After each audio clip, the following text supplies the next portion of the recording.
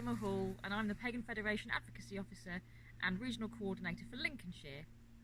Today I'm talking about the Druids and Samhain. I'll start with a question.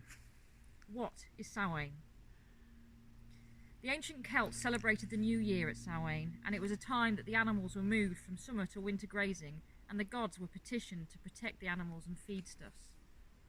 The Celts were superstitious of border times and places, for example crossroads, thresholds, the shore between land and water, transition times like twilight, dawn, Beltane and Samhain.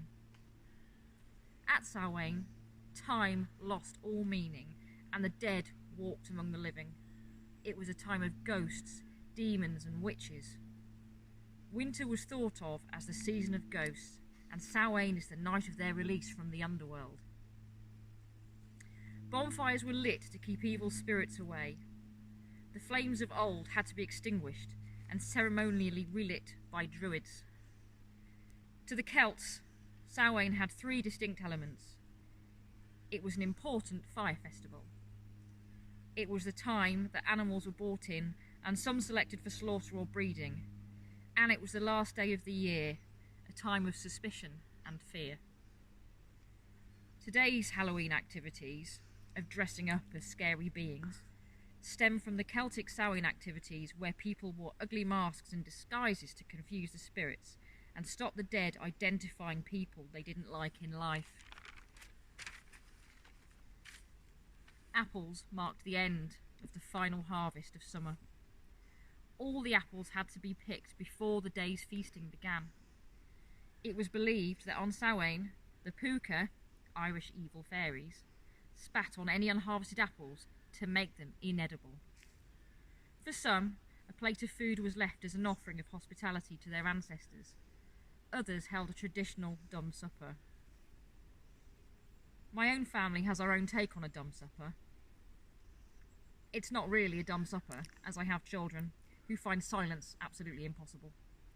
Instead, a place is set for our ancestors at the dinner table, and we talk about our loved ones who have passed away, sharing memories and laughter. On Samhain night, the Cailleach comes to strip the leaves from the trees, to quicken the decay of the flesh of the year, so that it may feed the new life to come. I shall finish with a piece by Sir Walter Scott. On Hallowmas Eve, ere ye bane to rest, ever beware that your couch be blessed. Sign it with cross, and sain it with bread. Sing the Ave and the Creed, for on Hallowmas Eve the night hag shall ride, and all her ninefold sweeping by her side. Whether the wind sing lowly or loud, streaking through moonshine or swathed in cloud, he that dare sit in Saint Swithin's chair when the night hag wings the troubled air, questions three when he speaks the spell, he must ask and she must tell. Thank you and enjoy Samhain.